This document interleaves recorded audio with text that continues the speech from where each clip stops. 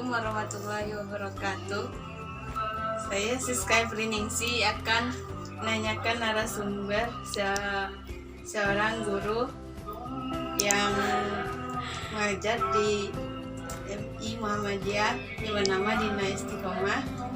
Saya akan menanyakan 4 pertanyaan. Yang pertama, apa yang Anda ketahui tentang bela negara? Baiklah, saya Dina Istiqomah, mengajar di MI Muhammadiyah 3 Pekanbaru. Yang saya ketahui tentang bela negara adalah bela negara itu adalah sikap, tekad, tindakan, dan perilaku seseorang, baik itu perorangan maupun kelompok, dalam mewujudkan ketahanan negara yang berlandaskan kepada Pancasila dan Undang-Undang Dasar. Terima kasih. Pertanyaan kedua, bagaimana jiwa bela negara warga saat ini menurut Anda? Apakah meningkat atau menurun?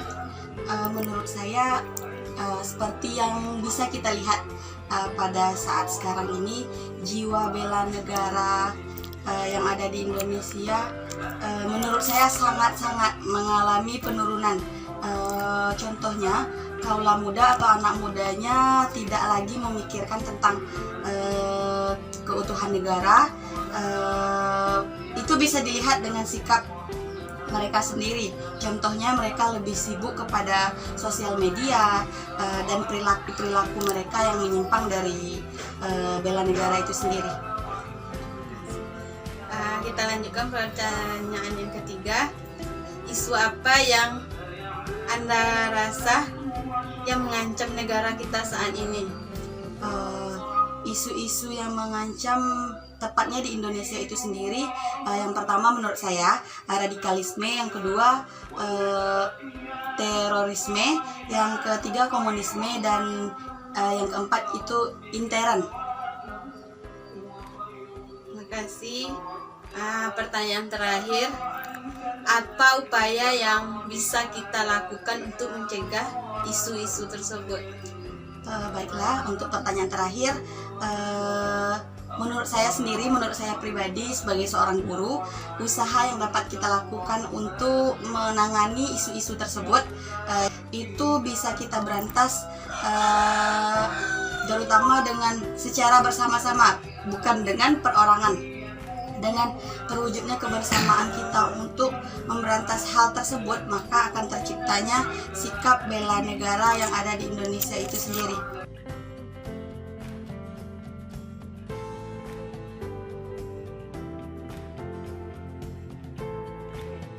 Ya, selamat siang Pak Dedi.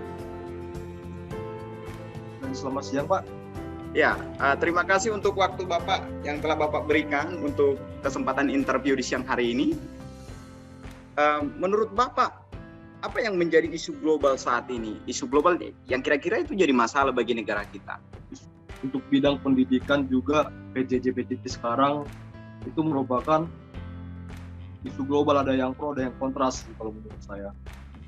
Karena misalkan kalau COVID udah kelar, istilahnya udah selesai, ya PJJ juga akan selesai juga. Jadi pendidikan yang sebelumnya dapat berjalan lancar lagi kembali seperti biasa.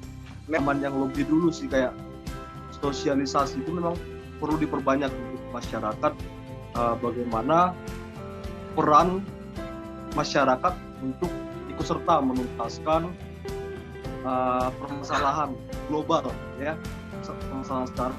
Jadi jika masyarakat yang benar-benar terbuka hatinya untuk ikut serta menuntaskan pandemi ini, ya memang harus mengikuti prokes yang sudah diterapkan oleh pemerintah. Juga sampai sekarang ini seperti yang kita tahu kan, pemerintah juga bukan diam, tapi mereka juga kerja di balik layar dan ya, ada juga hasilnya gitu. Ya, jadi ya memang melayani secara loyal lah ya. Iya Pak. Terkait bela negara, apa kira-kira yang masih kurang dalam diri orang-orang saat ini, Pak, dalam hal bela negaranya? bela negara. Iya, yang Bapak soroti lah dulu dari dunia ASN ya. Bela negara, apakah dalam hal kerja keras, tanggung jawab, disiplin, kira-kira yang mana yang paling Bapak soroti yang jadi masalah saat ini ya? Oh, kalau dari segi bidang saya ya, Iya, Pak. bagian pendidikan, lebih ke disiplin sih sekarang. Kenapa? Karena sejauh ini bukan dari disiplin, saya tidak menyalahkan gurunya juga, cuman permasalahan yang terjadi di lapangan sekarang anak-anak disiplinnya sangat berkurang sekali. Misalkan kita ada beberapa anak yang sama sekali tidak mengerjakan tugas-tugas yang kita kasih karena PJJ sekarang gitu, dan kita kan juga kadang terbatas untuk menangkau anak tersebut. Jadi dari disiplin. Oke, terima kasih Pak atas jawabannya. Jadi kalau boleh saya simpulkan dari hasil percakapan kita ini adalah kira-kira yang jadi masalah saat ini yang dihadapi oleh negara kita terkait vaksinasi atau COVID. Kemudian yang kedua terkait pembelajaran yang kurang efektif, begitu kira-kira ya Pak ya. Khusus vaksinasi Ya. yang saya simpulkan kira-kira yang bisa kita lakukan sebagai abdi negara adalah menjadi contoh yang bersedia divaksin tentunya. Dan yang kedua adalah mengklarifikasi ketika hoax yang beredar terkait vaksinasi ini. Yang kedua tadi dari percakapan kita tadi terkait pembelajaran online memang masih kurang efektif, terdapat beberapa masalah, dan peran kita sebagai guru muda atau PNS muda adalah menjadi penggerak dan juga bersedia memberi waktu untuk berbagi tentang bagaimana menggunakan teknologi yang ada. Kira-kira begitu Pak. Benar. Terima kasih untuk Pak Dedi Siagian sebagai PNS DKI Jakarta ya Pak ya? Ya betul Pak. Ya. Terima kasih.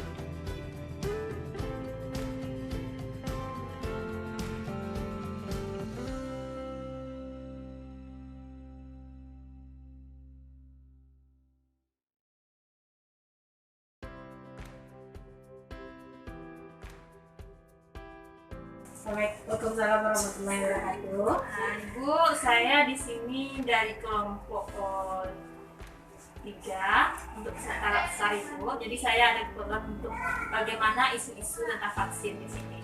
Ibu sebagai penanggung jawab pelaksanaan vaksinasi kan Bu? Ya, saya sebagai penanggung jawab pelaksanaan vaksinasi COVID-19. Nah, Ibu sebelum saya membahas tentang isu, apa yang Ibu ketahui tentang bela negara di sini? Bela negara itu sendiri adalah suatu cara kita membela negara kita, baik secara fisik maupun non fisik. Di mana secara fisik di sini adalah angkat senjata apabila ada penyerangan dari negara lain ke negara kita. Kalau secara non fisik ya seperti yang saya lakukan saat ini, saya sebagai seorang vaksinator COVID-19. Nah, Ibu sebagai seorang vaksinator COVID-19, tadi hasil wawancara saya dengan Ibu Puskesmas Maluku, bahwasanya saat ini ada isu yang mengancam tentang vaksinasi yang tidak aman masyarakat. Dan hasil data yang disampaikan oleh KPU tadi bahwasanya hanya 51% dari sasaran untuk pelaksanaan vaksin ini yang mau untuk divaksin. Nah, bagaimana menurut Ibu upaya yang harus dilakukan sebagai DJ atau sebagai penanggung jawab pelaksanaan tersebut? Saya sebagai penanggung jawabnya berusaha untuk mensosialisasikan kalau untuk saat sekarang ini kepada publik, yang mana sasaran kita kan ada 140. Pada saat pelaksanaan vaksin pertama kita hanya mendapatkan 72 orang dengan cara tim untuk melakukan sosialisasi ke masyarakat atau ke publik seperti tenaga guru yang dilaksanakan. Alhamdulillah sudah bertambah dari yang 72 sekarang sudah menjadi 81 orang untuk tahap pertama. Jarak yang diberikan untuk ke tahap kedua yaitu minimalnya 14 hari. Dari yang sudah dari vaksin pertama ke vaksin kedua ini sudah mencapai untuk vaksin yang kedua sudah mencapai 153 orang. Berarti setelah dilaksanakan vaksinasi, kemudian dapat sasarannya yang rendah, kemudian Ibu lakukan tadi sosialisasi ya Bu ya. ya. Nah, sosialisasi ini akhirnya menghasilkan penambahan dari sasarannya yang akan divaksin. Ya, Ya, bertambah 9 orang ya Bu. 9 orang.